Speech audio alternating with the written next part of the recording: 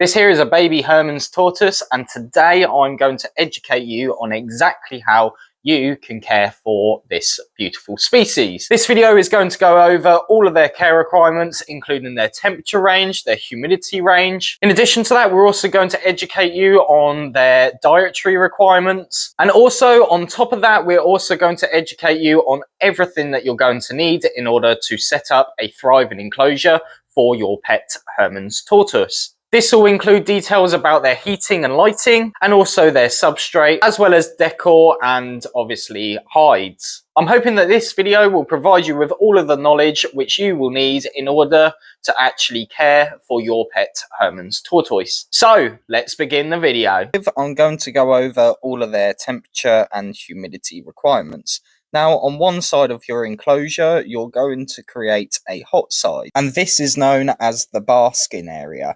Now, your basking area is basically the area which is directly underneath your basking lamp, and this heat source should be kept to one side of your enclosure. So for the basking spot temperature, you want to create a temperature gradient which is between 32 to 35 degrees Celsius, which I believe is 89 to 95 Fahrenheit. Now, on the opposite side of the enclosure, this is going to be the cool side of the enclosure, and the temperature should drop down to a temperature range which is between 18 degrees Celsius to 26 degrees Celsius, which is 64 to 78 Fahrenheit. This range will provide the correct diverse temperature range for this species and will allow your tortoise to move itself to different areas inside the enclosure to absorb different temperature ranges. Now, I will also mention that personally, I wouldn't let the temperature drop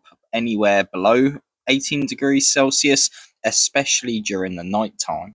So now let's move on to talking about humidity. Now, ideally, you want a humidity range which is between 30 and 60%. This species doesn't require too much humidity, but I do find that if you provide a correct suitable substrate, which we will go over in a minute, in the enclosure, you should naturally find that the enclosure humidity will usually sit between this range of 30 to 60%. So that's everything you really need to know regarding their temperature and humidity ranges. So now let's actually move on to discussing their overall dietary requirements. Now, to begin with, as we mentioned earlier in the video, this species is a herbivorous species, which means that their diet will mainly consist of feeding a variety of different greens and vegetation, as well as things like flowers, fruits, and different weeds. Now, I'm not actually going to go into too much detail on what you can and can't feed, as I will be making a separate video which goes over lots of different things which you can actually feed to them. So if you're interested in learning more specifically what you can and can't feed, keep your eyes open for that video. But that being said, I will be honest that there is an app which you can download which is called the Tortoise Table app, and basically this app will pretty much show you everything that you can and can't feed to your tortoise. It also shows you what you can feed in moderation, as well as things that should be kept as a treat. And honestly, I highly recommend that you do download this app because it is extremely helpful, especially if you're unsure whether you can actually feed a specific item or not. And honestly, it is probably the best guide out there, which is perfect for this species of tortoise. Now, what I actually love the most about this specific app is it allows you to search for a specific item, and then it will obviously come up with that item and it will give you your answer very quickly. So like I say, I'd highly recommend you download this app because you will find it extremely helpful. Make sure to dust their food in calcium and multivitamin every so often to prevent health problems, as well as promote bone growth and boost their overall health and well-being. I would also recommend getting yourself some cuttlefish and leave a bit of that in their enclosure as a source of calcium which they can go to, but also it allows them to grind down their beaks to prevent it from getting too long. I'll make sure to leave a link in the description to cuttlefish, but also to calcium and multivitamin. Now, I'd also recommend getting yourself like a flat piece of slate, and this is basically just to put your food on, because the tortoises have a tendency to start dragging their food across the enclosure a bit. So by putting it onto like a piece of slate, which is flat, obviously it's just going to make your life easier to actually clean all of the mess that they make, as opposed to picking all the tiny little pieces out of the substrate. I actually personally just use an old container tub lid, and that also does do the job.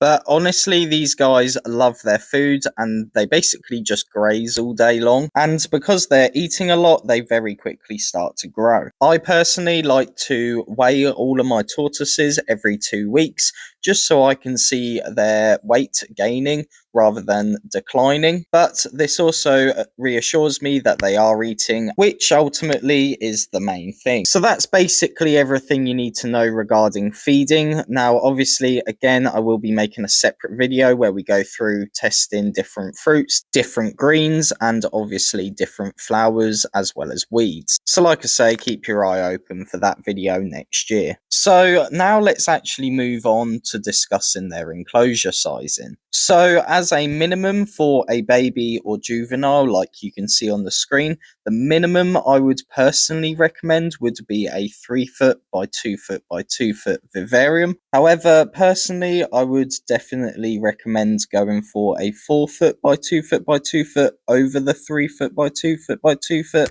because this size will provide your tortoise with a lot more space, but also it provides them with a lot more of a temperature gradient. Now, for the adults, the minimum I would recommend would be a 4 by 2 by 2, but again, personally, I would probably recommend either a 5 by 2 by 2 or even a 6 by 2 by 2 vivarium. But like I say, obviously the 4 by 2 by 2 would be the absolute minimum you would want for an adult tortoise. But I will say bigger will always be better. If you can provide bigger than a 6 foot, then too right, go for it. They will make use of all of that space. Now, yes, you can also use a tortoise table for this species, and yes, it will work fine. However, I would highly recommend a vivarium over a tortoise table. So let me tell you why I would personally recommend a vivarium over a table. Now, the main reason why I would recommend this is because a vivarium is enclosed, whereas a table is obviously open, which means in the table the heat will obviously escape a lot quicker than it would if it was within inside a vivarium, but also you're going to struggle with the humidity levels in a open top tortoise table. Because the tabletop is open, it's not going to retain temperature very well, or at least not as much as a enclosed wooden vivarium would, which is why personally I would recommend the vivarium over a table. If you really want to use a tortoise table for this species though, obviously like I say, you can use this, but like I say, if you do find you're struggling with temperatures as well as humidities, then personally I would just suggest switching to a vivarium. But like I say, the bigger enclosure you can provide them, the better really. So now you have an idea of the correct enclosure size for this species as a baby and juvenile, also as an adult. Let's now move on to discuss their overall heating and lighting systems. So to begin with, I'm going to go over the heating and lighting systems regarding a vivarium, and then I'll go over the system which you could use for if you're going for a open top tortoise table. So first of all, let's talk about UVB. Now, yes, this species does require UVB. They require around 10 to 12% UVB. So personally, I would recommend you getting yourself one of these, which is the Arcadia 39 watt 12% UVB. And this will fit inside your 4 foot by 2 foot by 2 foot vivarium.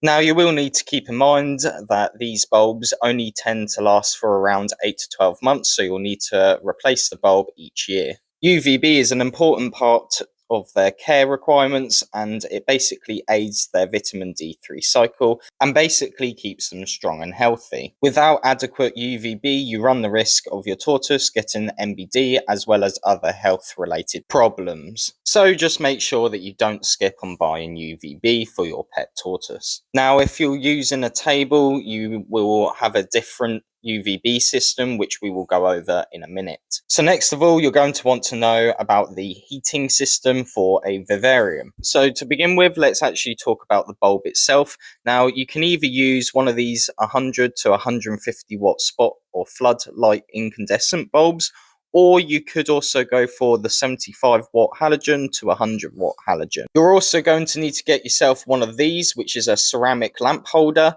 Make sure it is a ceramic one and not a plastic one, because I find that with the higher wattage bulbs, the plastic ones have a tendency to melt, whereas obviously the ceramic one won't do that. Once you've screwed this ceramic lamp holder to one side of your enclosure, obviously you're then going to put your bulb in.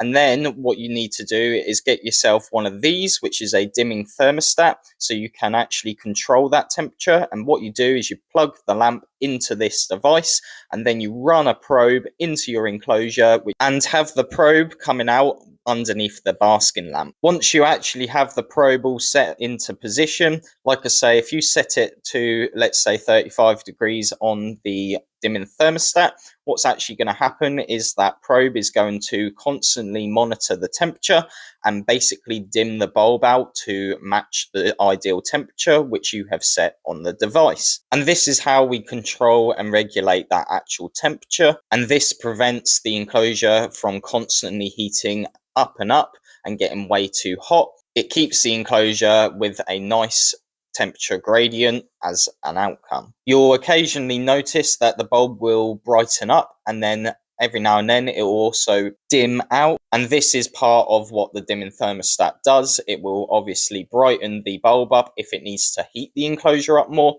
and it will dim that bulb out to reduce the temperature. Make sure that you buy the high range dimming thermostat and not the low range one, because the low range one doesn't go to a high enough temperature. Now, since we're on the topic of heating, I'd highly recommend you get yourself some basking rocks. These are just some normal natural looking rocks, and personally I like to place these underneath my heat lamp as the basking spot. And the main reason for this is because these rocks will retain a lot of that temperature. So when my tortoise is actually sitting on this basking rock, they're going to be able to absorb the heat from underneath as well as over the top. The heat that reflects off of the rock is basically going to help them with digestion. You're also going to need to be able to actually test your temperatures. So there's a few options for this. So you can get this dial version, as you can see on the screen.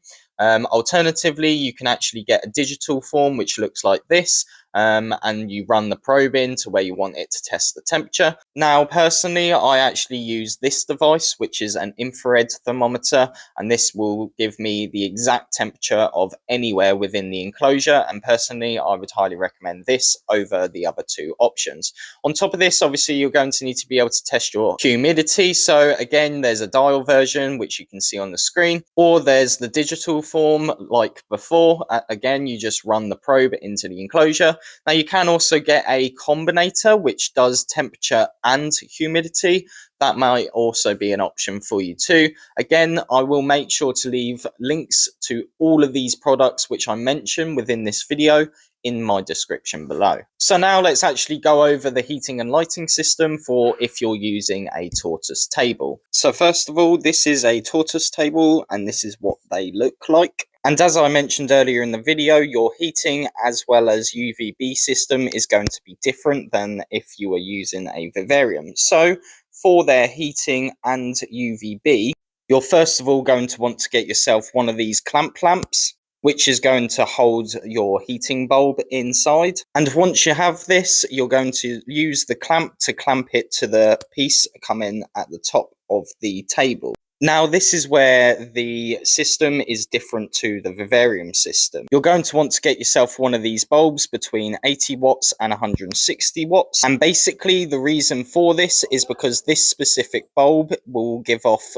obviously the heat, which is the UVA, but it also does the UVB for them.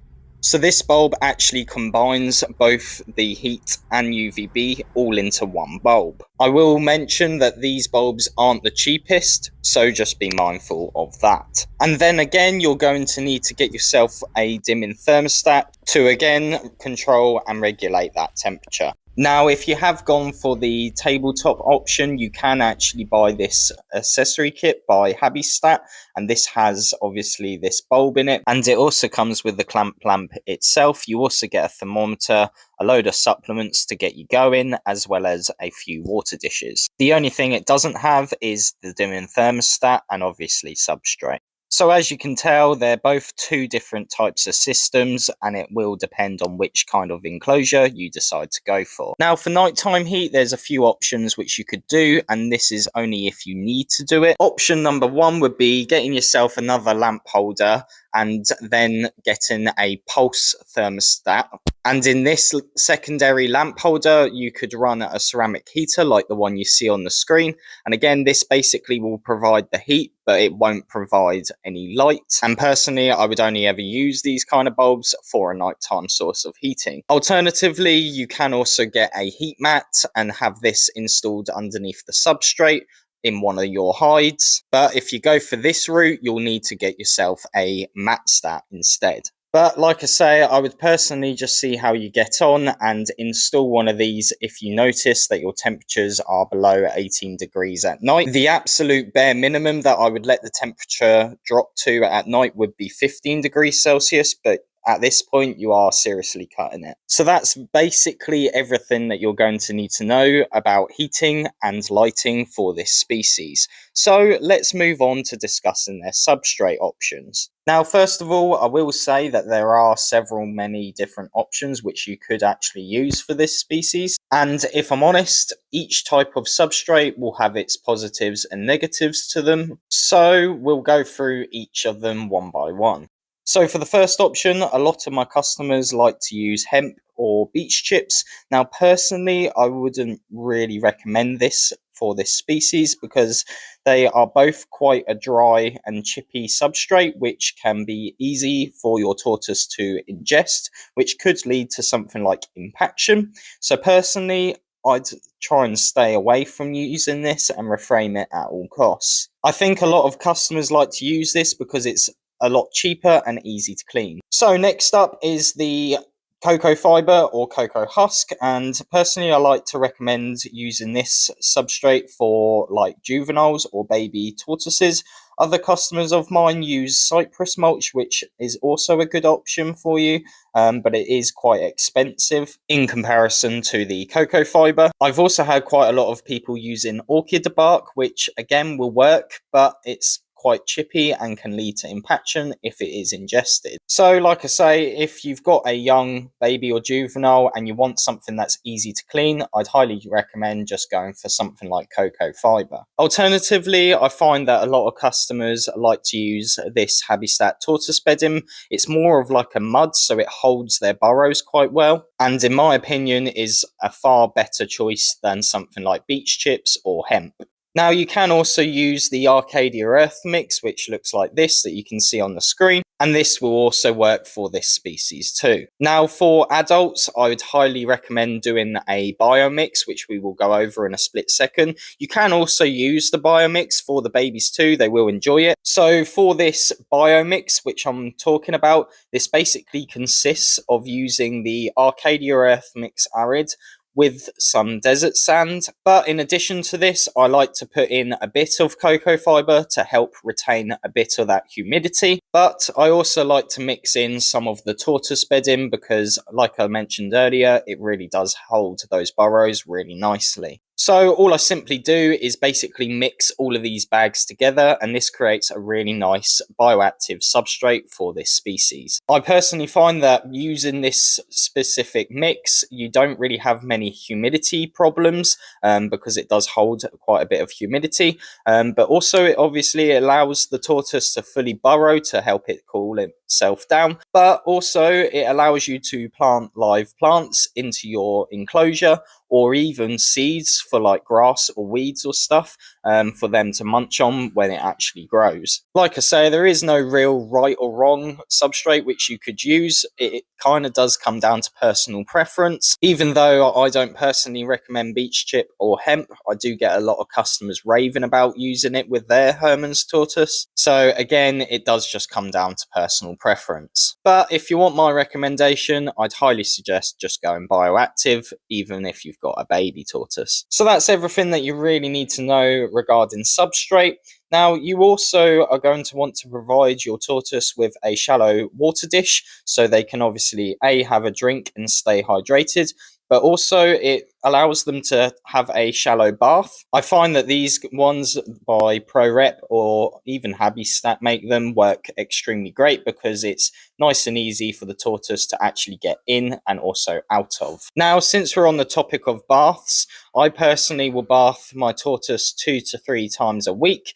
You could probably do it once to twice a week, if I'm honest. And all I like to do is put them in some warm water just to give them a regular bath. Once they've had a bath, this is usually when I take the opportunity to just weigh them to make sure that they're staying on track and also gaining weight. So that's pretty much everything that you need to know about their care and enclosure requirements. However, there are a few extra little things to keep in mind. Now, you're also going to want to make sure that you provide at least 2 hides, one on either side of the enclosure, i.e. on the hot side and also on the cold side. The reason why I recommend 1 hide for each side of the enclosure is because this allows your tortoise to move itself to one of these hides if they want in a specific temperature range, and this will obviously allow them to hide at that certain temperature range. There are a few options for artificial hides which you can buy. The one that you can currently see on the screen is probably the best one.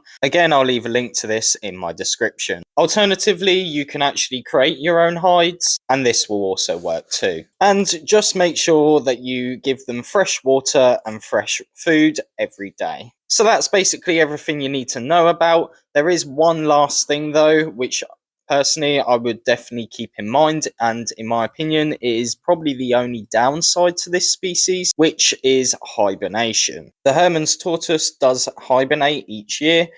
Usually this is between 5 to 7 months long, and it usually tends to happen during the winter cooler months. Now, I'm just going to cover hibernation within this video because I'm actually going to do a more in-depth video which is based purely and solely around tortoise hibernation, and that's because there is quite a bit to know about this. And if I'm honest, if there's going to be any kind of problem that you're going to experience with this specific species of tortoise, it's likely going to be that they're not going down to hibernate. I get a lot of customers coming in asking why is my tortoise not hibernating yet, and usually I have to go through a few different ways to help them identify which way is going to work for their tortoise to get them triggered into going into hibernation. So like I say, I will do a completely separate video which is just solely about hibernation, because if I was to do it